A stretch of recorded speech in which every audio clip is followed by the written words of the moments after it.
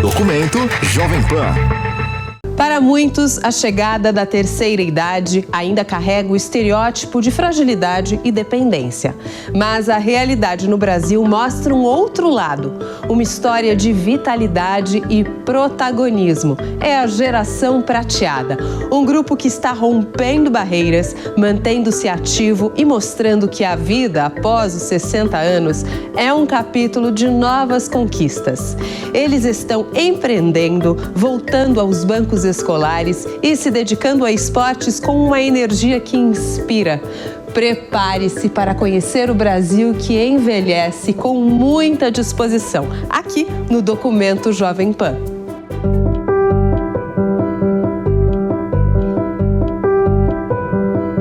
Eu sou um velho, eu sou careca, eu tenho barbas brancas, eu uso óculos.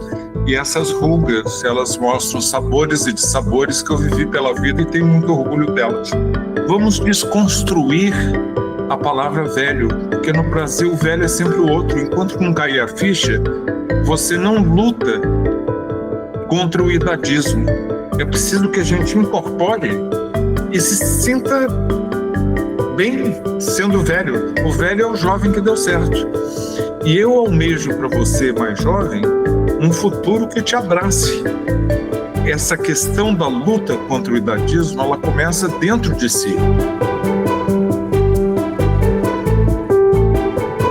Eu sempre trabalhei em televisão, né? E eu tinha um programa na TV já há 16 anos, um programa muito consolidado. Mas aí eu estava fazendo 60 anos de idade e eu já vinha percebendo uma mudança de olhar, principalmente as mulheres, né? Quando vão envelhecendo, elas vão se tornando invisíveis, o que eu acho um absurdo. A nossa sociedade ainda tem etarismo contra o envelhecimento. É um preconceito. Está começando a quebrar, está começando a ter um novo olhar. E isso, para mim, é a minha luta.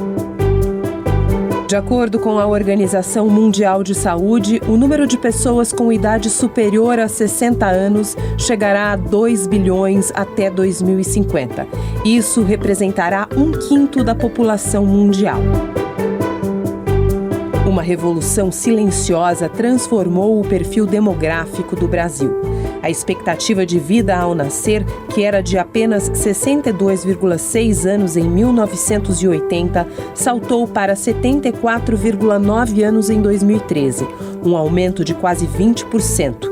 Mas o crescimento não parou por aí.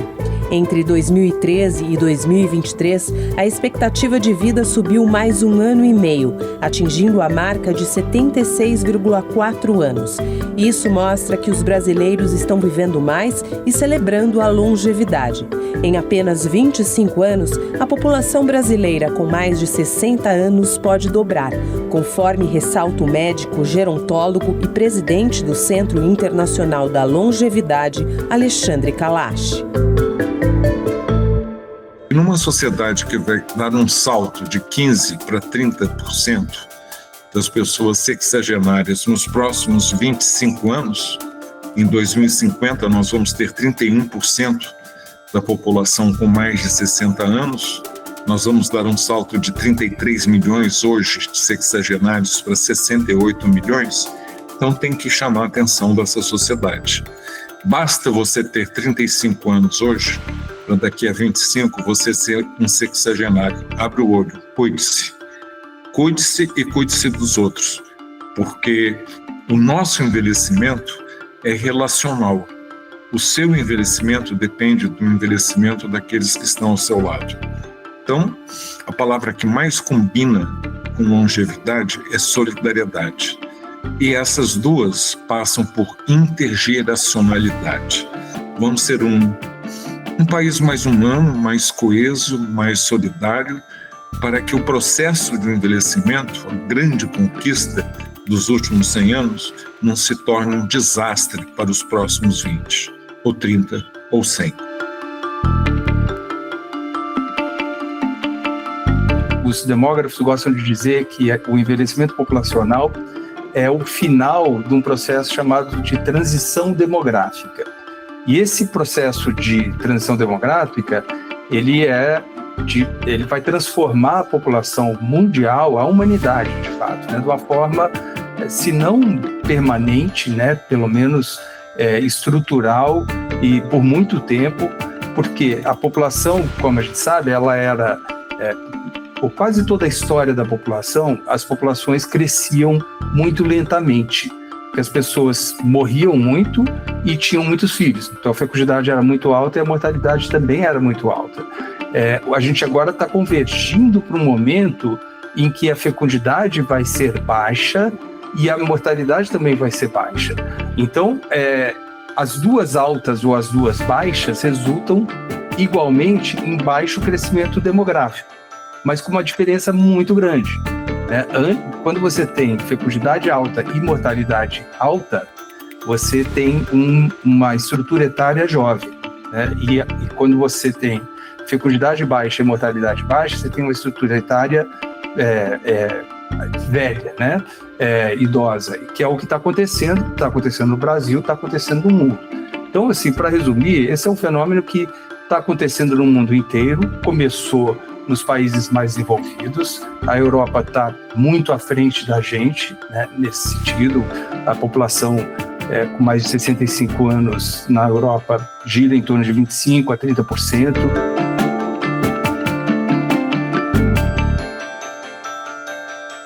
O envelhecimento ativo é um conceito da Organização Mundial de Saúde, né? Então, ela se apoia em 3 pilares. Então, tem a parte da saúde, né? Que vai desde a prevenção de doenças, mas o tratamento de doenças, mas também acesso a serviços que estejam adaptados para essa pessoa mais velha, né?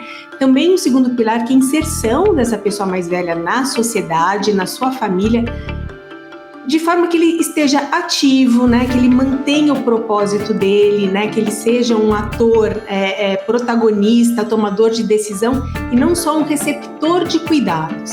E um terceiro pilar bem amplo, que é de segurança, porque vem pensando em segurança alimentar, segurança ambiental, segurança de moradia habitacional e econômica também, né? E quando a gente pensa nesse envelhecimento ativo, as respostas são muito amplas, né? Que elas vêm desde uma política pública de proteção, campanha de combate ao etarismo, promoção de hábitos saudáveis, né? E acesso a serviços, né, sociais e de saúde que contemplem essas características dessa população mais velha. Eu acho que o Brasil tem uma característica muito particular, porque os outros países que envelheceram, eles enriqueceram e depois eles envelheceram, né? Então, no Brasil, a gente não teve essa chance, a gente envelheceu sem enriquecer. E o Brasil, a gente tem muito esse culto ao corpo, à estética, ao vigor, né? Então, além do idoso agora, muitas vezes ele está associado a essa perda da juventude, da beleza, né? Mas também associado, né, a um corpo doente e a um corpo pobre também. Então, ele é uma somatória de estigmas e preconceitos, né? Então, acho que no Brasil, esse etarismo, ele ainda mais importante do que vários outros lugares, né? Onde que, por exemplo, a sabedoria, a experiência acaba sendo mais valorizado do que esse corpo jovem e vigoroso. Precisa cair na nossa ficha que envelhecer é um privilégio, né? É um ato revolucionário, é uma conquista civilizatória.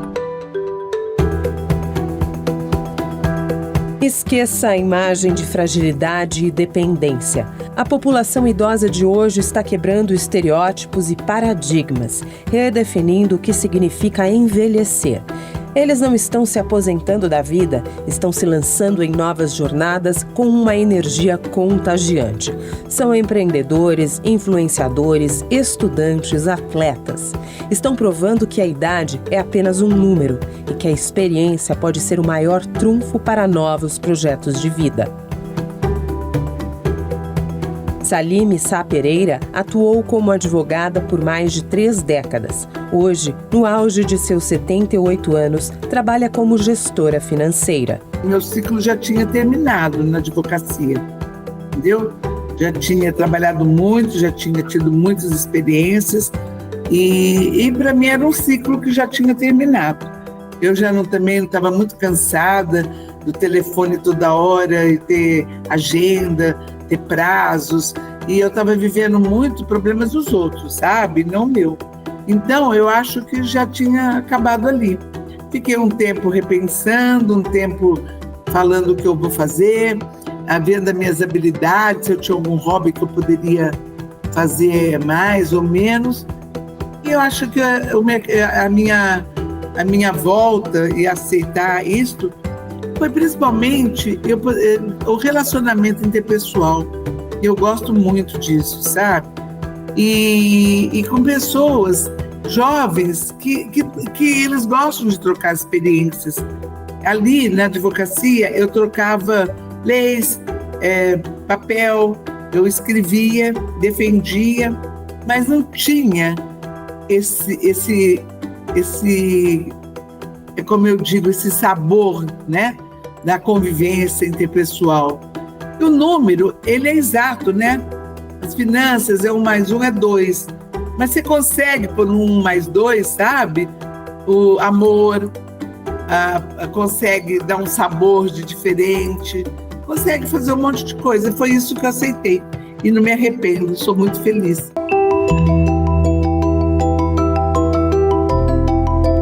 O recomeço é tudo, a gente tem que ir à frente. Ninguém é melhor do que ninguém. E nós somos muito importantes, porque nós carregamos dentro de nós a nossa experiência de vida. Entendeu? E a experiência é uma coisa que não tem preço. E hoje estão buscando no mercado a experiência para juntar aos jovens e fazer um meio termo maravilhoso. O que você vai passar para os jovens que estão com você? Então, eu levo muito a sério isso, sempre procuro dar o meu melhor, certo? E peço para eles também que deem o melhor deles. E a gente tem, assim, uma relação interpessoal maravilhosa, entendeu? Eu amo o meu trabalho, amo o que eu faço, amo conversar com as pessoas, amo aprender com as pessoas. Então, eu levo meu trabalho não com peso, sabe? Com leveza. Quando você olha para o mercado formal, para o mercado de trabalho propriamente dito, se você pegar o último resultado de 24, o que a gente viu foi que quase 70%, houve um aumento de quase 70% nas pessoas que estão trabalhando acima dos 60 a mais. Então essa é uma mudança significativa. É uma mudança significativa porque impacta o ambiente de trabalho, impacta a forma como você pensa o ambiente de trabalho, impacta como você organiza a sociedade. Vamos lembrar que a gente é uma sociedade que vai ter cada vez menos crianças e cada vez mais idosos. Isso mexe nas políticas públicas para você pensar o bem-estar da população. Isso impacta o convívio familiar também. Nós construímos um mundo de uma família que partia do pressuposto de você ter o casal com filhos, e essa é uma geração que cuidava desses filhos. Nós estamos caminhando agora para uma geração que terá muitos idosos e uma geração anterior que vai ter que cuidar desses idosos. Então nós estamos num momento de transição bastante significativo que vai mudar a forma como a gente olha para a sociedade em geral. Vai mudar no âmbito familiar, no âmbito do indivíduo, no âmbito social e no âmbito das políticas públicas.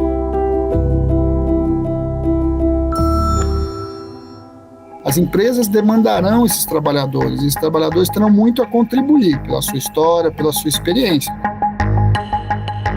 A vida para Sueli Tonarque sempre foi sobre transformação.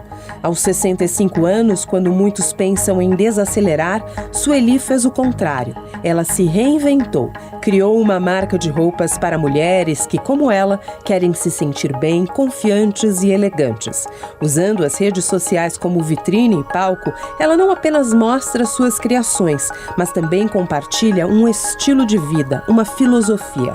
Sueli prova que moda não tem idade e que a melhor roupa é a que nos faz sentir bem na nossa própria pele.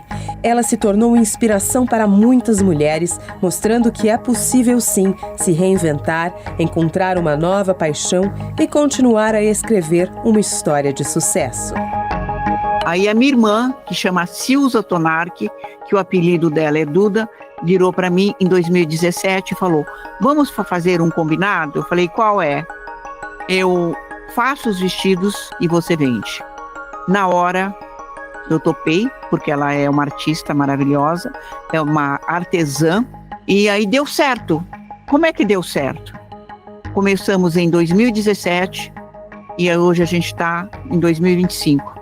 Na época, eu tinha 65 e a Duda tinha 62. E a gente começou.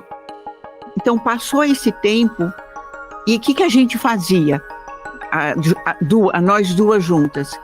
Ela fazia os vestidos, eu vendia. Só que ela focava no meu mestrado, que depois virou um livro, Vestir-se com o Desafio do Envelhecimento. Aí, quando a gente abriu, teve um idadismo, um preconceito, um etarismo. Como vocês vão fazer roupa para velha? Sim, a gente vai fazer. E a gente está aqui, já vai para 9 anos, e nós estamos cada vez mais forte. Então, a gente está olhando para essa marca Duda by Duda num vestido que é confortável para o velho, para a velha. Então, esse é o nosso diferencial. Porque como vem de uma artista, de uma menina que é autor, de uma menina velha que está hoje com 70 anos, ela não faz igual. E o que a gente pensa no conforto? É confortável? É gostoso? E nesse atendimento com esse público, algumas pedem para colocar a manga. E a gente gosta de falar, a gente que agora sou eu, mostra teu braço. Mesmo que você tenha 70, 80, mostra teu braço que tem história. Cada história, cada ruga, cada braço, cada barriga, um pouquinho de barriga para lá, faz parte do seu viver, faz parte da sua construção psíquica, do seu envelhecimento. E o teu envelhecimento, abraça o teu envelhecimento, é um banquete, a velhice, das escolhas. E outra coisa, e cuida desse envelhecimento, como que através da alimentação, dos exercícios físicos, da sua rede de apoio, dos seus amigos antigos, dos seus amigos antigos e dos seus amigos novos. Constrói novas relações. Então, para mim, o envelhecer, de verdade que eu falo isso, está sendo uma bênção, porque eu acho que eu estou muito, muito feliz com a minha história do meu envelhecimento e dos meus projetos de vida. E outra coisa importante, tenha sonhos, tenha desafios. Eu vou acordar, o que eu vou fazer hoje? Vai fazer o que você gosta, o que você quer. Um propósito de vida é ser feliz com você mesma, para você dar felicidade a quem está no teu entorno, ou seja, o teu neto, o teu filho, o teu vizinho, o teu marido.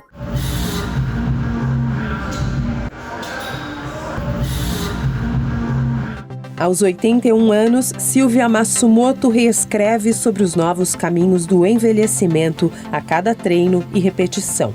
Para ela, a busca por uma vida ativa não é moda, mas uma missão que começou cedo, observando a avó.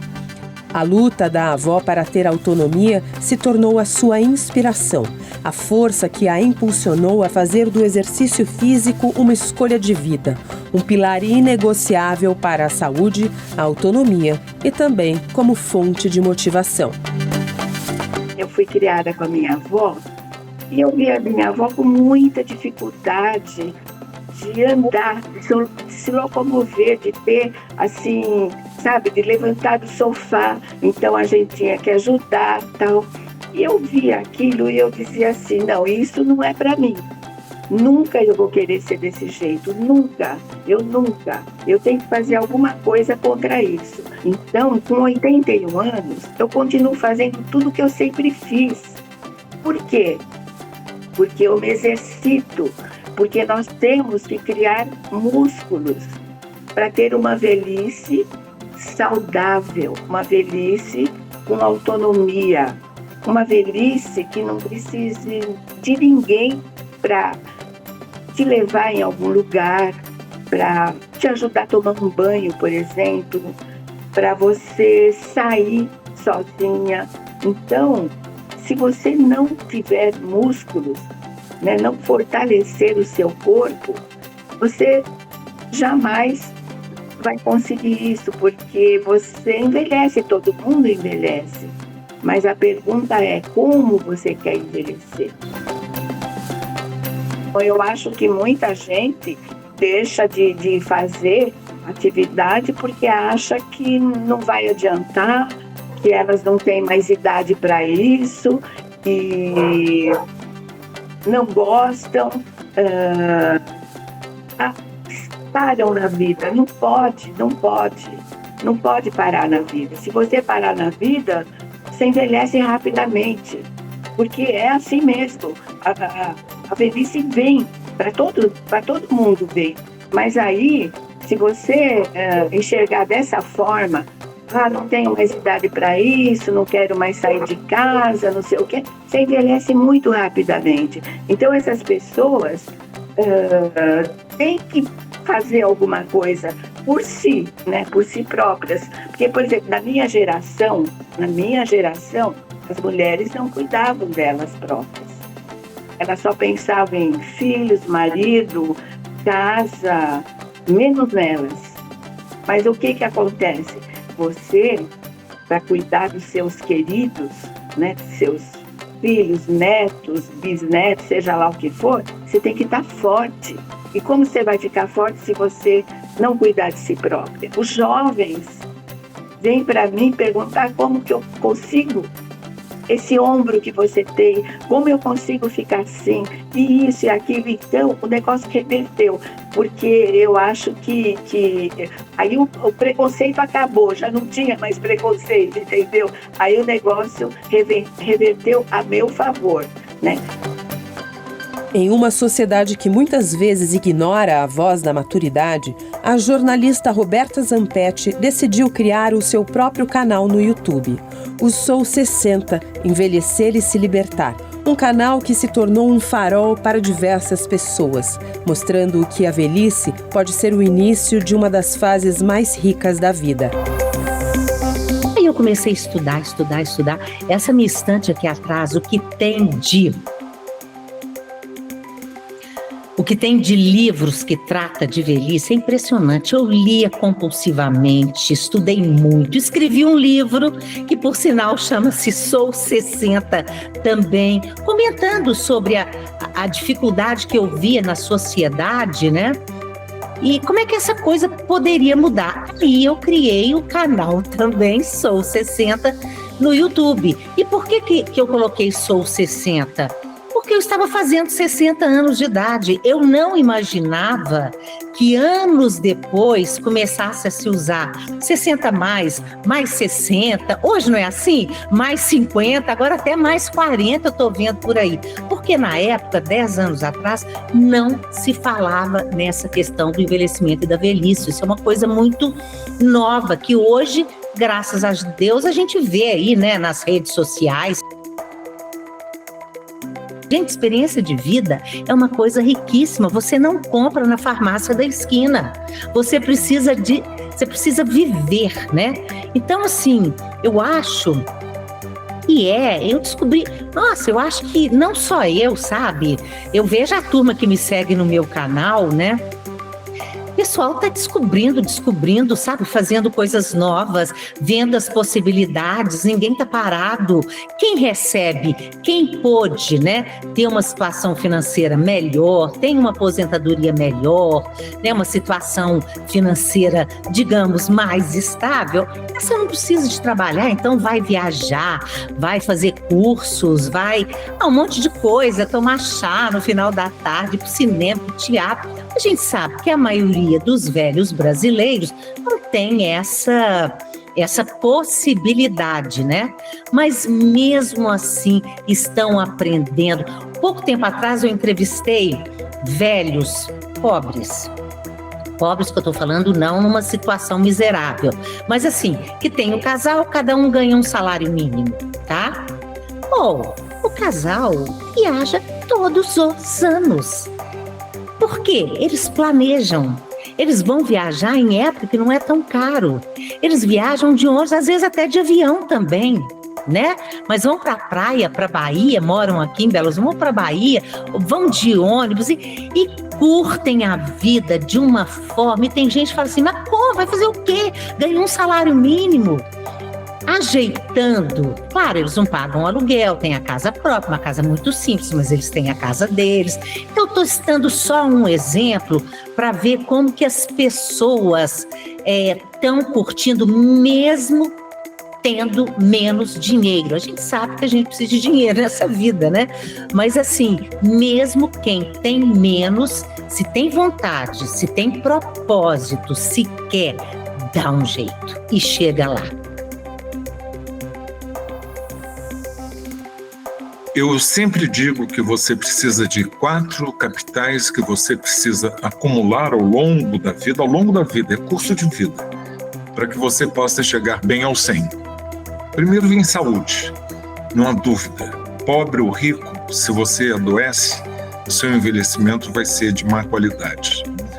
O segundo pilar, o segundo capital que você tem que acumular nessa fase em que nós estamos da sociedade, da humanidade, de mudanças drásticas da tecnologia, é conhecimento. Você acumular conhecimentos, você estar aberto, curioso, ir à luta, não ser tecnofóbico.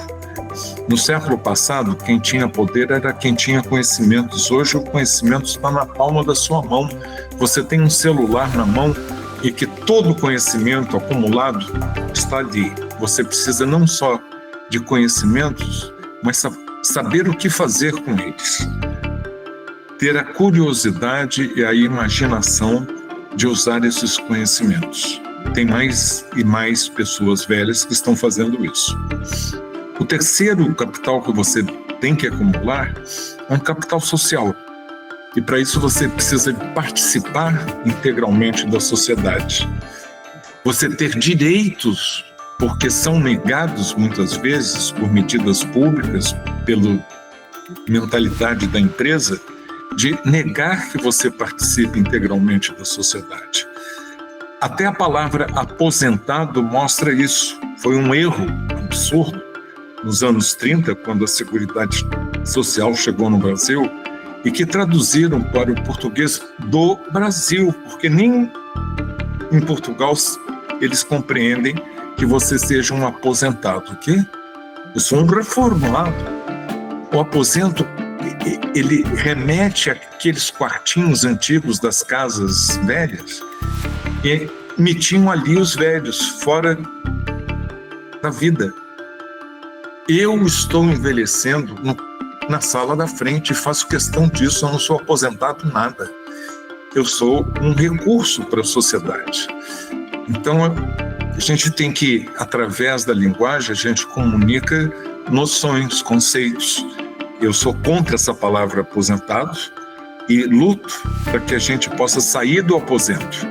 Vai para a sala da frente, vai buscar os seus direitos, vai brigar por eles.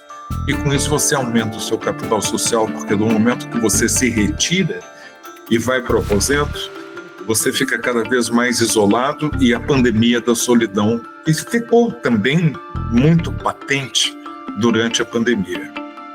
E o último capital que você precisa acumular é de você ter um pé de meia, de você se sentir protegido.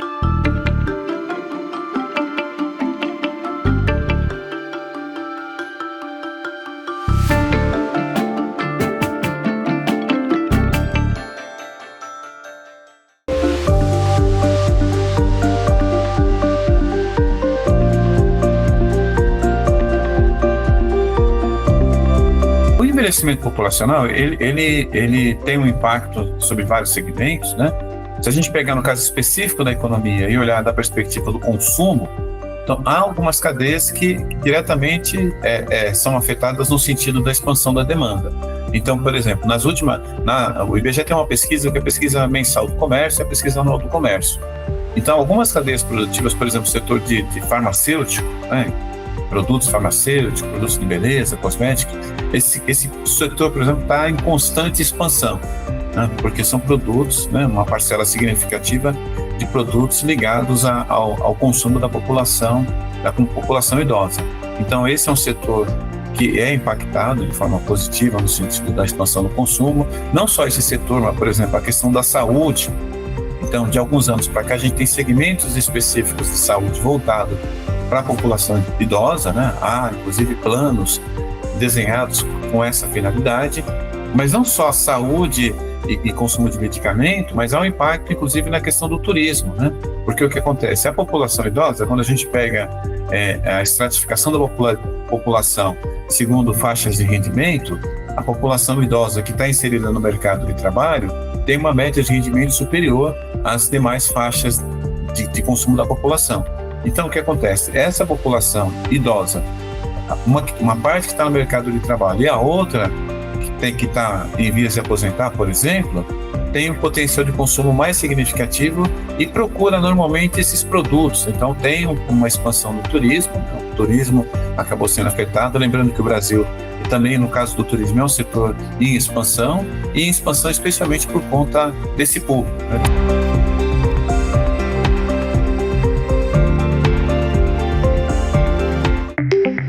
A tendência de pessoas com mais de 60 anos voltarem a estudar se confirma nos dados do Censo da Educação Superior de 2023. De acordo com a pesquisa, o Brasil teve cerca de 10 milhões de matrículas em cursos de graduação. Desse total, mais de 60 mil alunos tinham 60 anos ou mais, e quase metade deles, cerca de 30 mil, ingressaram no ensino superior no próprio ano de 2023. Se você olhar para o futuro, a gente vai assistir uma demanda educacional muito diferente. A gente vai ter salas de aula com menos crianças cada vez mais e idosos que vão demandar formação. Nós vamos ter que fazer um debate. As universidades, por exemplo, foram construídas para os jovens. Nós vamos ter universidades que, de alguma forma, vão atender uma população que envelhece. Um exemplo de universidade que atende uma população que envelhece é a USP. Egídio Doria é coordenador do programa 60+ da USP e aponta como tudo começou por lá. Surgiu em 1993 e ele veio no esteio de outros programas que surgiram inicialmente na Europa, na década de 70, mais precisamente na cidade de Toulouse, na França, numa tentativa de fazer com que aqueles idosos que estavam em suas casas tivessem algumas atividades fora de casa. E esse programa foi um sucesso. No semestre posterior, várias unidades novas foram abertas, aumentou-se exponencialmente o número de vagas e aqui no Brasil surgiu logo após as escolas do SESC. Após a escola do SESC, surgiu na década de 80 a primeira universidade aberta à terceira idade no Rio Grande do Sul, posteriormente em Campinas e depois a USP 60+. Então nós temos mais de 30 anos de idade.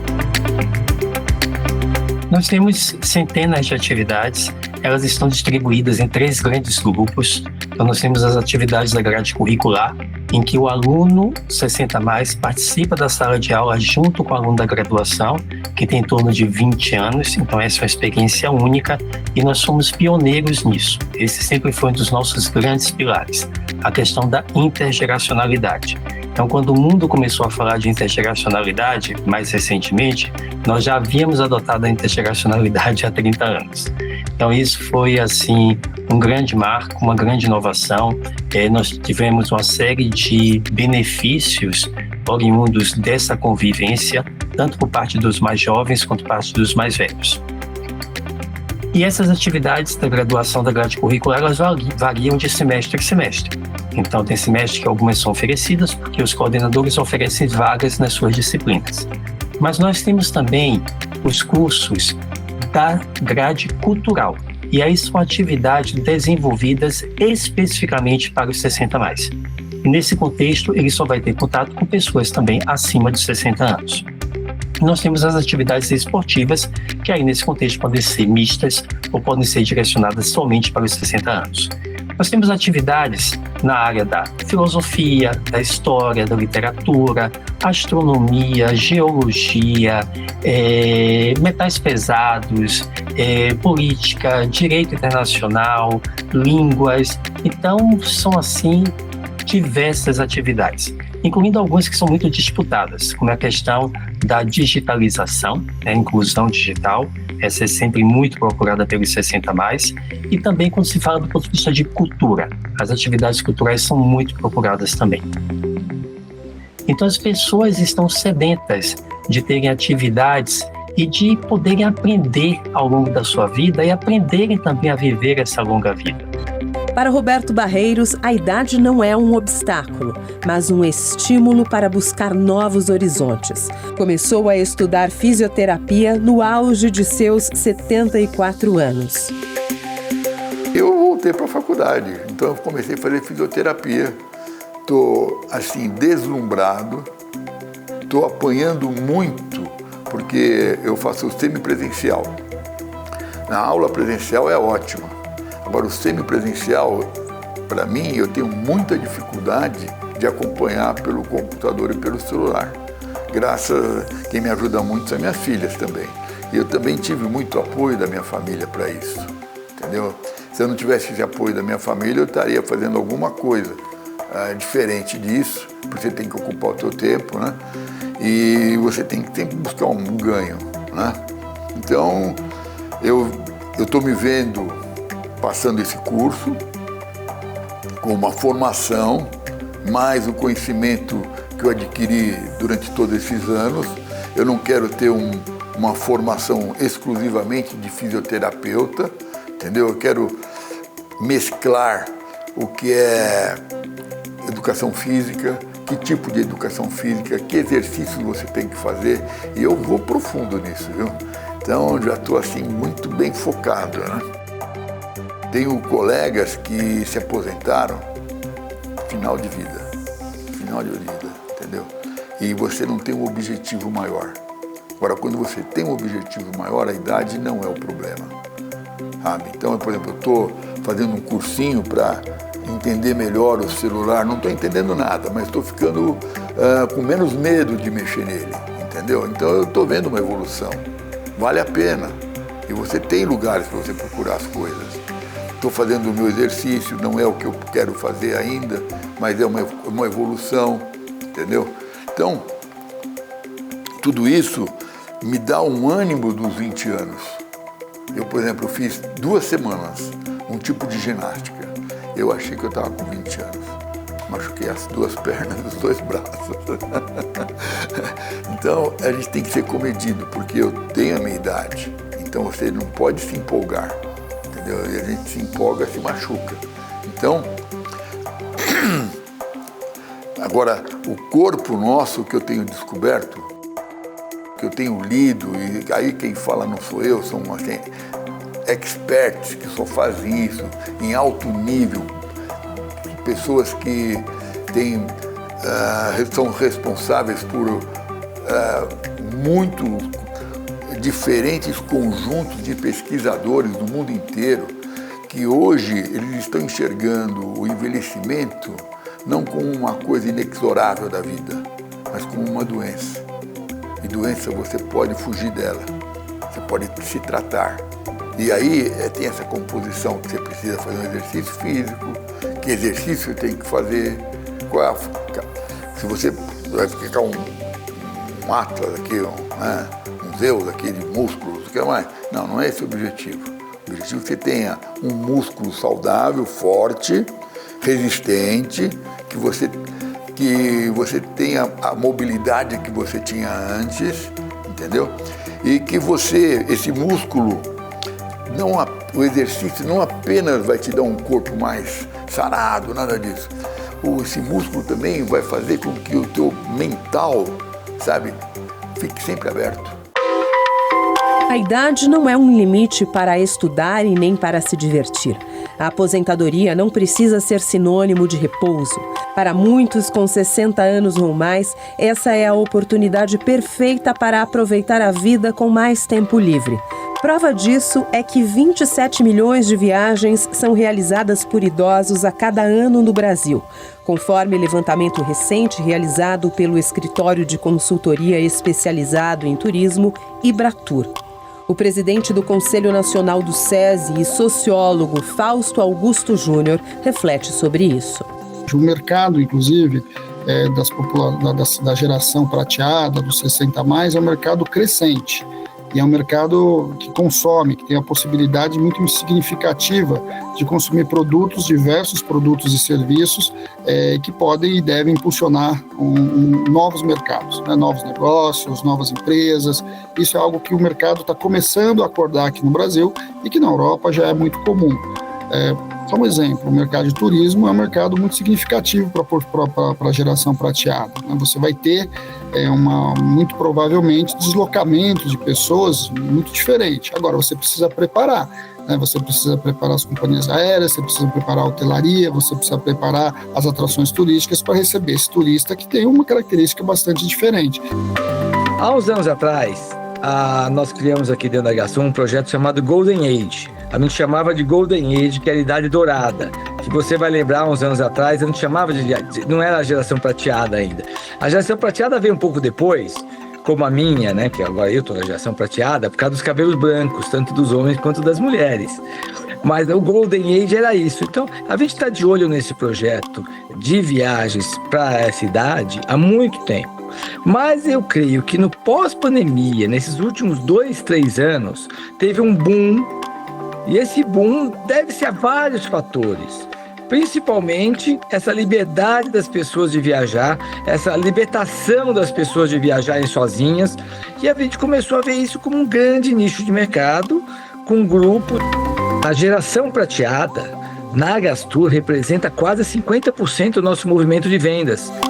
Na prática, hoje, pra você ter uma ideia, nesse minuto de hoje, eu estou com um grupo de 30 pessoas acima de 60 anos na China. Olha a distância que eu estou falando, não é que foi aqui. Esse é o exemplo máximo. Mas você tem o mesmo exemplo de gente indo para Mendoza tomar vinho, você tem o mesmo exemplo de ir para o Nordeste ficar numa pousada, você tem o mesmo exemplo que tem chegado já para a gente pedidos de ir para Disney. Porque a Disney também é um projeto para a geração prateada. Então, acho que nasceu a ideia, hoje não tem mais nenhuma restrição, não é aquela coisa de um passado, vocês vão viajar sozinhos, ou sozinhas, ou casais, puxa, que coisa mais chata. Não, a alegria de viajar em grupo, que eu te falei, foi uma criação no pós-pandemia, tá? Hoje as pessoas têm prazer em viajar em grupos, conhecer gente nova e passear. Existem viagens de navio que fazem Brasil-Itália, Itália-Brasil, que a gente vende muito. Então lá, pra você ter uma ideia, vou te contar, minha mãe hoje tá no navio. Acabou de embarcar em Lisboa, vai fazer um cruzeiro de 10 dias de Lisboa até Roma, com uma amiga dela. E é o público acima de 70, 80. Então a viagem da geração prateada, como você quiser chamar, para mim hoje é o maior nicho que eu vejo pro nosso futuro. Você coloca uma viagem pensada, com calma, com alimentação, com ônibus confortável, que são pessoas que já passaram da vida, elas não precisam entrar no estresse, não precisam sair correndo para ver um destino turístico como se o destino fosse acabar no dia seguinte. Então eu diria para você que a maior preparação que tem é a retirada da palavra ansiedade e velocidade das viagens. Isso é o que a gente faz. Viajar, a primeira coisa que me vem na cabeça é a experiência. Não eu ser uma pessoa experiente, e sim a experiência de conhecer culturas, conhecer destinos e aquela vontade de você saber o novo. Viajar e dançar são duas das formas mais antigas de expressão humana e, quando combinadas, criam uma experiência de pura conexão e liberdade. Mais do que apenas mover o corpo, a dança é uma linguagem universal que quebra barreiras e nos conecta com a alma de cada lugar. A ideia de ter um baile voltado à terceira idade é puro sentimento, é pura vocação da minha parte e um grande respeito com esse público. É um público 60 a mais. O público normal é 60, 70, 80, até 90 anos, um pouco mais. Eu faço isso com grande carinho, com grande amor, pois eles são pessoas que merecem total respeito nosso, das pessoas mais novas, né? É um público nichado, é um público que se preparam bem antes de estarem ao evento, aos bailes, pois os horários dos bailes eles são variáveis. Pode ser bailes vespertinos e alguns bailes até noturnos. Então, esse grande respeito que eu tenho com eles é justamente, é claro, o respeito pela idade, né? Mas principalmente pela a minha responsabilidade e carinho com todo esse público, tanto as mulheres quanto os homens, que, conforme eu falei, né, eles se preparam desde manhã, né, principalmente as mulheres vaidosas, né, vão ao cabeleireiros, né, vão pintar as suas unhas, né, vão colocar a melhor roupa para estar presente no evento, que é os bailes voltado à terceira idade.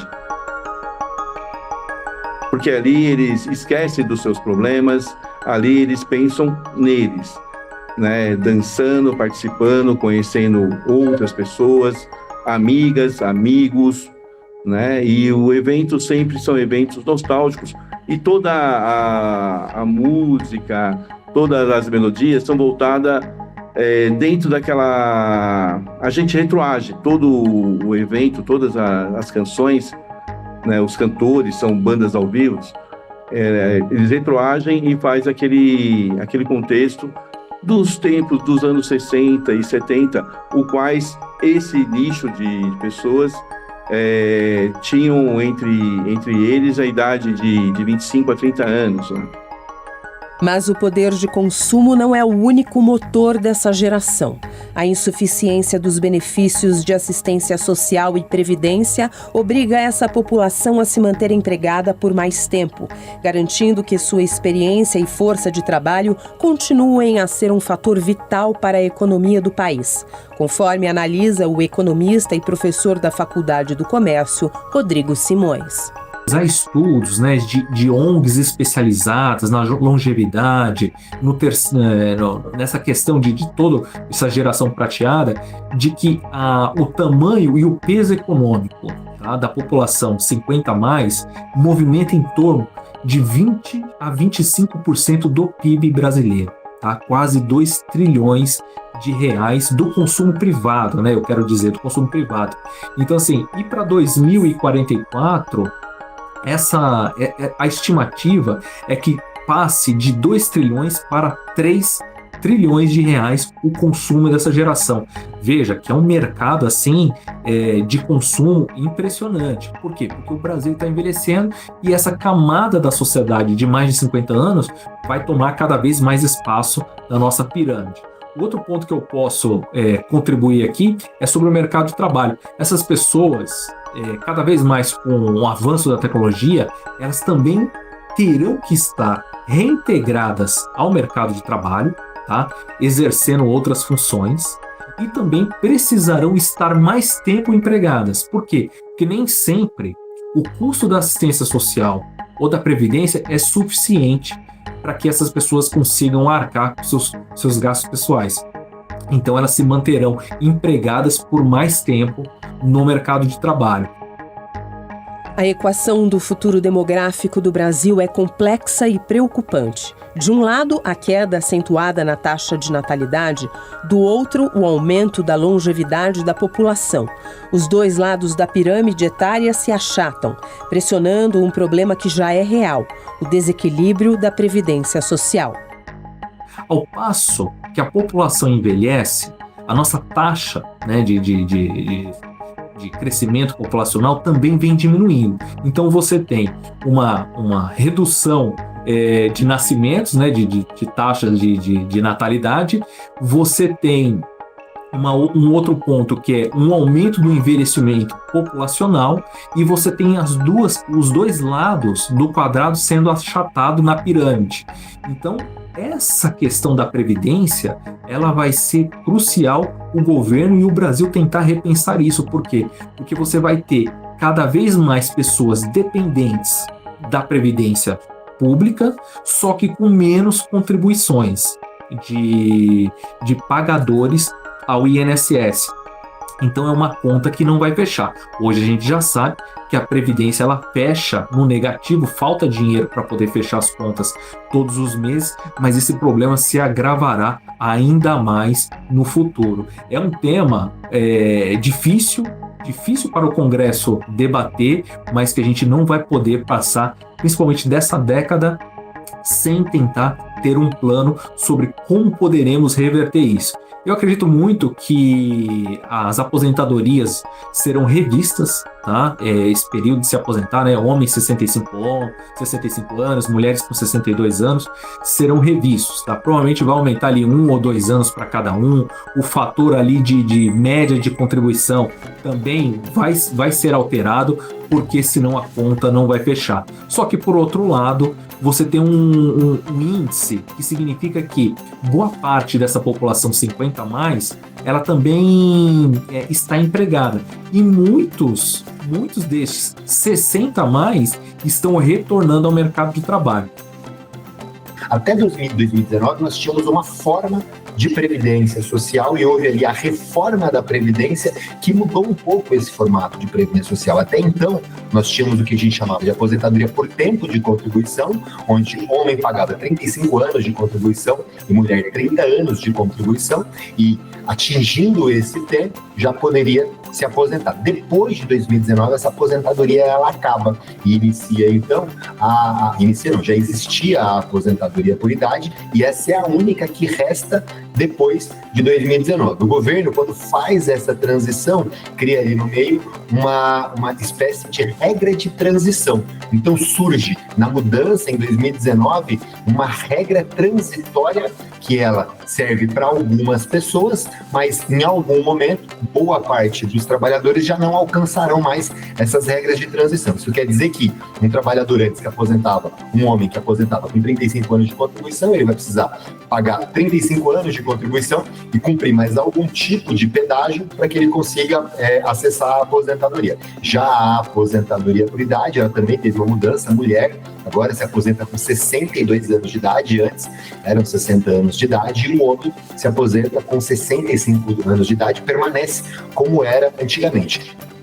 A mensagem que eu deixo para as pessoas que ainda não se aposentaram e querem planejar sua aposentadoria para o futuro, ela parte do princípio de que a aposentadoria ela ficou muito mais complicada de compreender depois de 2019. Então, ter um profissional que te auxilia e encontra o melhor cenário dentro dessas diversas possibilidades de aposentadoria é fundamental. Hoje, nós advogados, por exemplo, fazemos serviços chamados planejamento previdenciário. Então, ajudamos muitas pessoas a se planejarem para conseguir da Previdência Social, a partir da sua força de trabalho, uma aposentadoria adequada, justa, correta. Então, ter um profissional que te ajuda nesse sentido é extremamente importante.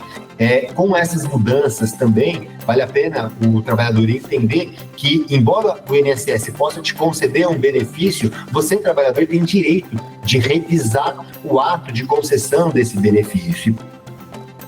Em um país com profundas desigualdades como o Brasil, a longevidade não é uma conquista para todos. Enquanto uma pequena parcela da população envelhece com saúde e recursos, a grande maioria enfrenta um processo de envelhecimento precário e negligenciado. Para essas pessoas, o desafio não é apenas a idade, mas a falta de acesso a serviços e infraestrutura básica. Um país tão desigual, a gente sabe que vai ter muita gente que vai envelhecer e vai envelhecer mal e precocemente, que chega aos 58 aos tapas, enquanto que o outro, que pertence à bolha da elite, vai chegar aos 90 muito bem, obrigado. Para a população, a imensa maioria, você precisa, desde o aspecto físico, de calçadas que você ande com segurança, de parques e jardins que possam te oferecer um refresco, de equipamentos públicos onde você possa ir sem ter que pagar e se sentir abraçado, uma biblioteca. Você quer ler, mas você não tem capital para comprar o livro. São essas as necessidades que uma pessoa idosa tem, e de ter, como nós já temos em várias capitais ou cidades maiores, academias ao ar livre, em que você possa exercitar, mas você precisa também de um profissional da atividade física que possa te dizer, ok, você pode vir aqui, mas vamos ver o que você precisa para você não causar uma injúria, um trauma. Então não é só o equipamento, é o equipamento com uma assistência. Você precisa de moradias, de políticas de moradia, de possibilidades adequadas. Você precisa de cidadania, que seus direitos sejam respeitados. E nós, apesar de termos um Estatuto do Idoso que tem cunho legal, nós não estamos desenvolvendo políticas públicas na mesma proporção do envelhecimento populacional que se dá. O idoso, a partir do momento que ele é protagonista, ele está gritando por soluções assim diversas, de prevenção de doenças, de ambientes adaptados, né, de uma transição profissional, e isso agrega a toda a sociedade, não só a esse subgrupo de pessoas mais velhas, né? E hoje em dia a gente tem que reconhecer, ainda mais no nosso país, que muitas vezes os idosos são arrimo da família, né? Então eles não são só as pessoas que são cuidadas, são as pessoas que promovem o bem-estar econômico das suas famílias. E a gente sabe que todos os ambientes onde a gente tem multiplicidade de vivências, então pessoas de diferentes idades, pessoas de diferentes partes da sociedade, as soluções compartilhadas, né, sempre são muito mais ricas quando a gente tem essa diversidade de pensamentos.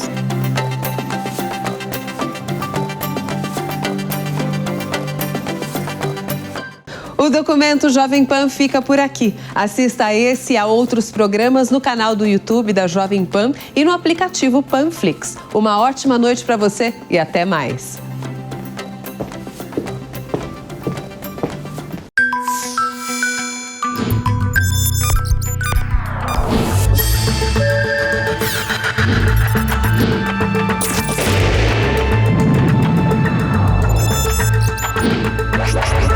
Documento Jovem Pan.